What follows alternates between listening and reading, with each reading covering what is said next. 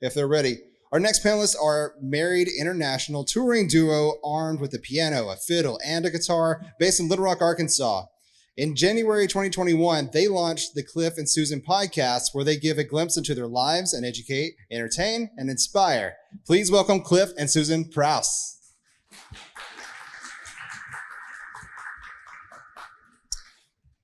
And completing this panel is a woman who loves exploring everything the natural state has to offer.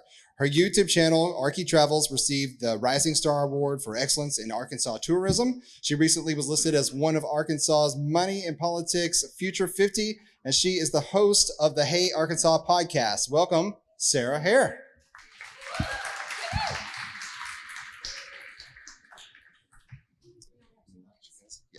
Cliff and I will share this mic. You don't want to share with me? Well, Well, hello, everyone. Thank you, Ty, for all of your hard work on this event. And I think it's brilliant, and I'm excited to share what we've done. I don't know, since I already started talking, you want me to kick it off? No, I love it. So Cliff and Susan were actually the first guests on my podcast. So it's really cool to be sitting right next to them right now doing this. Yeah, so I'll just kick it off. I know we got, 15 minutes or 20? 15, okay. Cliff and I, he already told you what we do, but we are a married music duo. We perform all over the world. We're both proud Arkansans, and so we have a production company and we perform, but we also produce music and do live online shows for our music duo. And so with the music production as well as our festival, you guys may have heard of Yadaloo Music and Arts Festival. We're a country music festival here on the banks of the north side of the river. And we have now just completed our third year.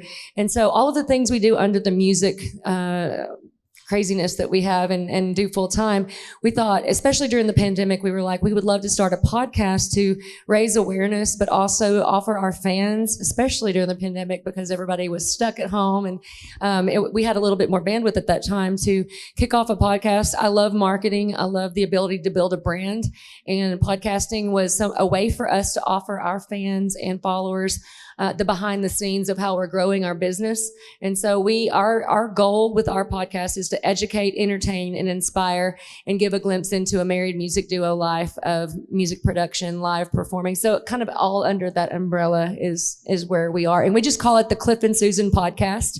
Our niche is music, but obviously we kept the brand within Cliff and Susan. I'll let you tell about yours. I love that. So I started the Hey Arkansas podcast in May of this year. I'm a travel vlogger. I travel all over the state. And one of the things that I found in meeting amazing Arkansans everywhere was that I wanted to tell their story. So how do you tell a story? Well, usually you write it, but I hate writing. So why not start a podcast? We can come on together and have a great, authentic conversation and just have fun. It's so fun just sitting next to these amazing people who are doing incredible things to change the way that Arkansas is shaped for the future. So I love it. It's cool. Say something. We're making Cliff talk, y'all. Oh, yeah. No. Some people are better at talking than others. No, I love getting in front of people and just being able to inspire anybody else to do what we've done, because it's not hard. It is scary sometimes going into it, especially when we started our podcast. We were like, what do we even talk about? Can we even talk for that long? You'd be surprised at how much you can cover, and you'll be looking at your clock and that's 40 minutes already. I was only going to do 20. And so it's really fun, and don't be too afraid to talk for an hour or an hour and a half. You know, most of the time in these podcasts, people are listening in their ears while they're doing laundry dishes, while they're driving down the road. We drive time all the time, going to gigs, sometimes long drives. So that's when I like to listen to my podcasts. And content is king. So with us, we're always going. And especially with a married couple, there's always something going on. And so there's always something easy to come. Oh, that would make a great subject on this podcast. So, yeah. I love that. So I love what you just said, that content is king. Whenever I was getting started, I couldn't decide whether or not to video my podcast. And that be maybe a question that y'all have as well. And I decided not to for the first little season, to just go ahead and do this as a recorded behind the mic podcast. Now, just a little hint of things to come. My husband bought me a vintage camper a couple years ago, and I'm renovating it and turning it into a mobile podcast studio. And my show is actually going to become a road show, which is so cool. I mean, I would be excited to watch and listen. But one of the things that I'm doing is I'm excited to add that video in, just to have that aspect. A lot of people are all about that video right now. And if you can add that in, I think that'd be huge for your growth, not just in the podcast, but for YouTube, TikTok, Instagram Reels, whatever you can use it for.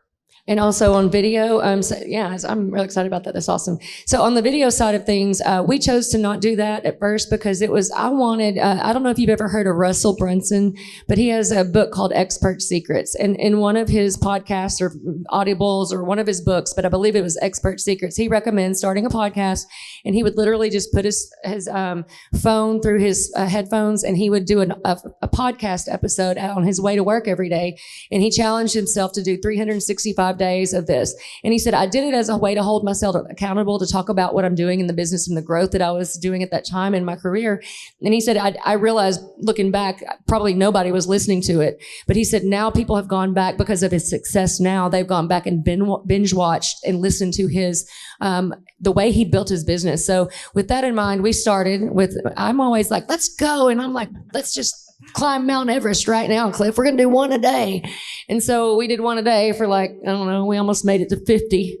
And then life happened, and I think COVID kind of things were coming back. But the way we do it, I was going to run through this real quick because I thought I see a lot of you taking notes. So this is kind of what we did. But back on the video thing, we decided not to do video because we just wanted to plug in and record. Like Russell did it with his phone, but we did a little bit of extra. So I'm going to share with y'all that. I've got 8 ways to start a podcast. So if you want to make some notes. 1, have an idea, right? 1, have an idea. 2, brand it and come up with a name. So you've got to think about fonts and color boards and, pictures and all of that. And after you've got that, decide on your platform for your distribution. So we use anchor.fm. I think it's relatively free. I use Podbeam. And it distributes on Spotify and gets it out there to the world. Then create the image for the podcast, which would fit along with branding, but your image has got some, obvious things to think through. Number 5, figure out your gear. And that would be, we use the Rodecaster Pro. What do you use, the Rodecaster? I use Rode products as well. Yeah. Okay. And what microphone do we use? So we use SM7Bs. There are plenty of podcast mics. Going back to what he said earlier, though, you don't have to have all that. It's awesome to have that, and if you do have that to invest in, I would absolutely say go for it. But it is not a have to have. So. Yeah, you can just have your app on your phone. Literally, you can download anchor.fm and start a podcast, guys. But we have a little extra on there. So figure out your gear, whether it's your phone or whatever, and what your intro and your background music and your outro will be. You'll kind of want to have a script to kind of explain who you are, what you do when you start. And then if you have any background music, you'll figure that out. Number 6, plan out and schedule your first 3 to 5 episodes. I think you did that, right? Yeah, I launched with 4 episodes, an intro episode, and then 3 guests that I had chosen specifically for that person, that purpose. There we go. A very diverse group so that people from everywhere could see, hey, this podcast is for me. Yeah, back on the have an idea and brand it. Somewhere you're going to have to write a quick little bio that would kind of go along with your image for your podcast. You want to write a summary of what this is going to be about, so people can. In fact, Anchor.fm requires that you have that in there, so when people go and find it and discover it, they know what it's about.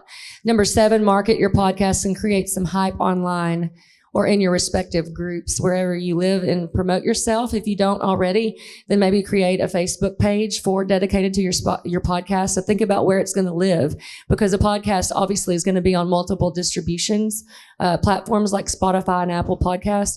But you want to have a place and a call to action so people know where to go. And then number 8 is record your podcast. Record it. So make sure there's an obvious call to action during your podcast, promote your brand, your website, but an email list. I cannot say enough great things about an email list. Have them sign up for your email list so you can promote yourself. direct to email, not relying on other platforms. And so that's kind of the high level of what I figured I would share and all the things I'd want to tell you guys getting started. I found that this is not, give me just a second, let me finish this thought or else I'm going to forget it and we're never going to see it again. I have found that it's not one of those build it and they will come kind of things. Even as a travel blogger who has thousands of followers, our podcast only gets, 10, 15, 20, 100 listens. It's not this huge, massive listening. So know that you're going to start small and that's okay because it's like what y'all said, how somebody will fall in love with you and then they'll go back and binge all of your stuff. That totally happens. It definitely does. So will you stand up? Okay. You sent your girlfriend one of my routes. Ooh. Awesome. Did you go too?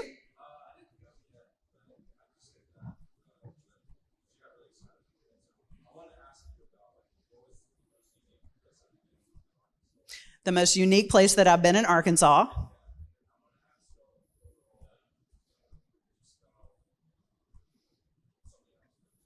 Okay, yeah, so the unique place that I've been in Arkansas, that is such a great question because there are so many incredible places.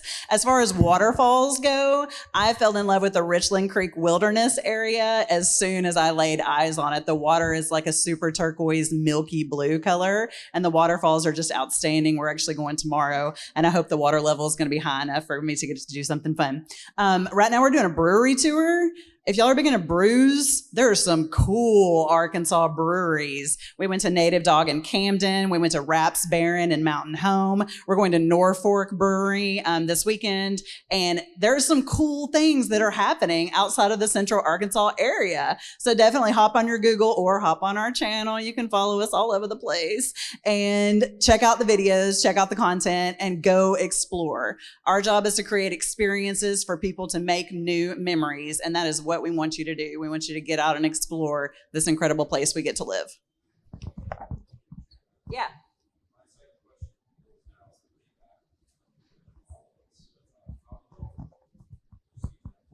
I don't listen. No, I'm just kidding.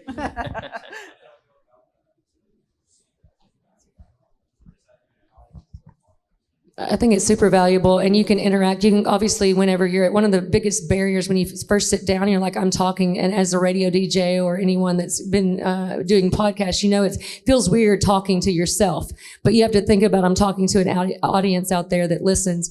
And one of the things, so you don't have that immediate feedback, but to get feedback, there on the Anchor channel, there is a way for them to submit questions.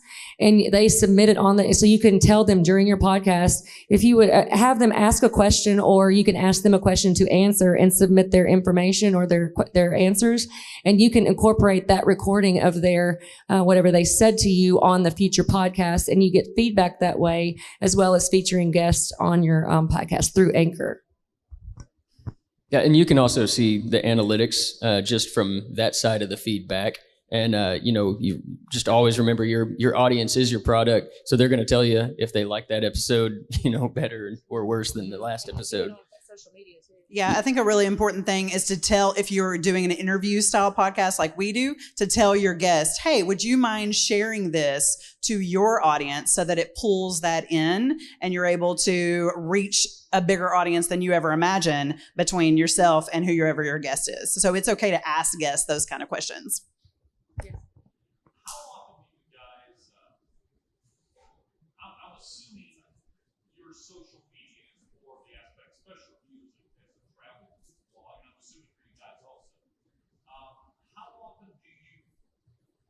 Do you post often on your social media and support the podcast, or is the podcast just an extra? My main focus is podcast, and I have social media that supports that podcast. But how often do you guys post on your social media and support your podcast, or just post on your social media in general? Definitely. So there is a lot of crossover that happens between my personal social media, my business social media, and then the podcast. So I share it every way I can. Any way that I can, I will put it out there because that draws in more people, more listeners, more reach. Now, for us, our music is our main thing, and we do a lot of engagement on social media in general, but we always go back and say, hey, don't forget we have a podcast, and make sure and listen. We do engage more followers every time we post something about that. So now she is the social media person, so I don't know how often we actually do that, so she could probably answer more. Check 1 2.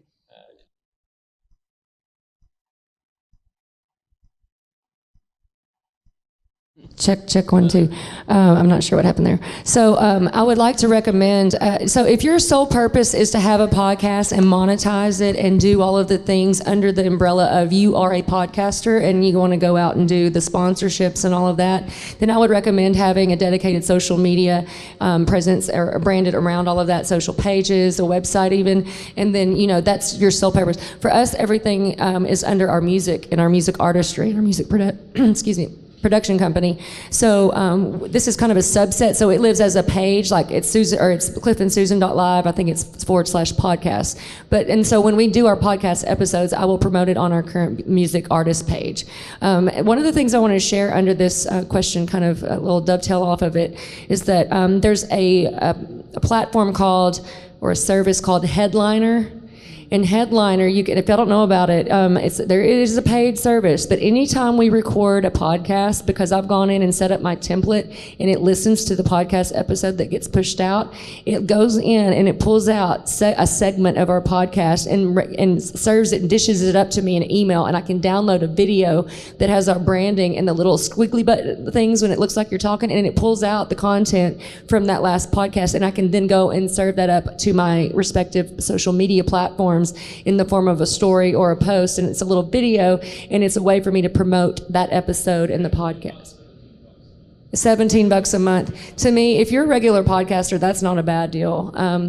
So we've used that, and I think that's a pretty cool thing. Mm-hmm. Yes, back here. What determines the output, the content you put out? So you come up with all these ideas. Is there a calendar you follow by? Is there a set number of content you must put out in a week and a month to be a full No, like she said, we don't have an algorithm.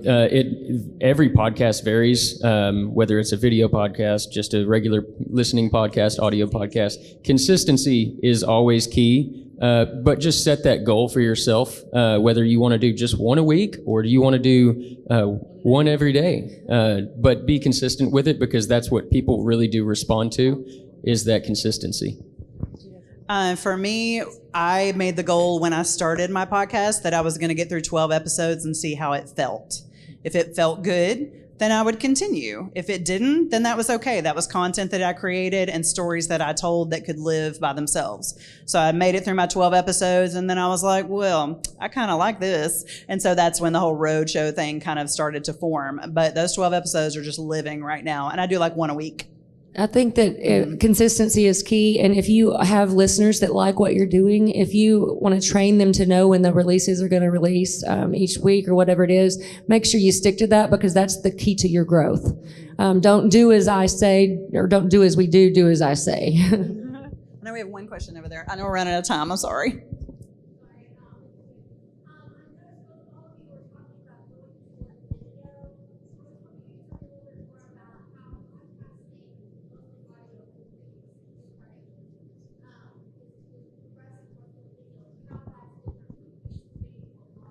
So basically for me, it is YouTubing, it is blogging. Our YouTube channel is monetized, so anything that I can put on there is gonna bring me an income source, whether a podcast is sponsored or not. However many views that gets, that's money that comes back to us. So it's a way for you to be able to make money doing your podcast. And it's also a way that you can help monetize your podcast, because some people use it as a monetary tool to say, hey, this podcast is free, but if you'd like to see the video version, the full video version, then go and subscribe to this channel, and you get that Patreon monthly subscription. So some people use it in that way. And Instagram has subscriptions now as well for $4.99 a month. Oh, YouTube does as well. And then Patreon, it's a way for people to subscribe to be able to get like fun behind the scenes stuff. Or like for us, we give like a discount code for our merch and blooper reels and that kind of thing. I think sorry. No, go ahead. I think there's a lot of reasons why it's going that way. I think mainly it's just our attention span. When we're very visual people, And when it's cool to listen, it's fun, you know. But like I said, most of the time it's we're doing things and we're just listening in the background. But when we want to watch something, we're more entertained by that, and because a lot of people are really gesture, you know, driven, talking with their hands, and we respond to that better. Yeah. So for YouTube, you know, you got to be horizontal unless you're doing YouTube Shorts. I would encourage you to do both. If you're going to do video, to do a horizontal for the longer form version of YouTube, and then to do your vertical for TikTok, Instagram Reels, and YouTube Shorts, to be able to cut that into previews of, hey, if you like this preview, here's the full version, and you're able to push them that way towards your channel or the longer version on YouTube. And before we run completely out of time, I just want to say we are an open book, and there's nothing that we love more than seeing someone succeed with what they have in their heart that they want to share. So never be afraid to ask on social media. You can find us at Cliff and Susan pretty much everywhere. Reach out. We will answer any question you have. Love that. Oh, Yeah, One more question? What's your deal about the paid advertisement for Facebook or any place? You want to watch a video, like especially YouTube, try to figure out how to do something large, and the damn advertiser comes on. sure. Is it worth spending the money doing For a that? premium account? I don't pay for advertising. I get paid from advertising. So we're monetized on TikTok, YouTube, Instagram, Newsbreak. I think that's it. And because of those ads that are shown during our videos where we have put our time and effort and money driving those miles and spending our money on beer and breweries and all the things, this is the way for us to get that back through showing a quick little ad on a YouTube video. So I'm for it, Yeah. and I don't mind an ad. Yeah, always for us, you know, some people might get annoyed by an advertisement popping up, but that's how we make our money, especially on platforms like YouTube, because that's where we monetize. Sure. Now, also on YouTube, you can choose how much ads go out. So you can choose just one ad at the beginning, or you can choose an ad in the middle, but you pick how much you want so that way it's not an overwhelming amount of ads on people and they don't want to watch your channel. They feel like it's spam. I just want to know if you felt like that's how you do it, or you go find things other ways, because it does piss a lot of people off. You know, fix your car, And then you got to wait for the ad to finish so you can finish fixing your That's car. just Yeah. YouTube trying to get you to monetize by getting a Yeah. YouTube premium account. Creators make their money as simply through the monetization process versus Oh, there's so many ways. Yeah, I would say Let's more- talk in just a second. I'll tell you all the ways that we make money. We'll be walking around. I want to leave you with this. Google is your friend. And YouTube. And YouTube. Well, YouTube is kind of like Google to me, but anyway. But anything you want to do in life, I literally changed my my lawnmower belt the other day because I YouTubed it. So you can YouTube just about anything and figure it out. And we're a wealth of knowledge. If you want to come around and find us, we'll be mingling around, and we'd love to answer your questions. Absolutely.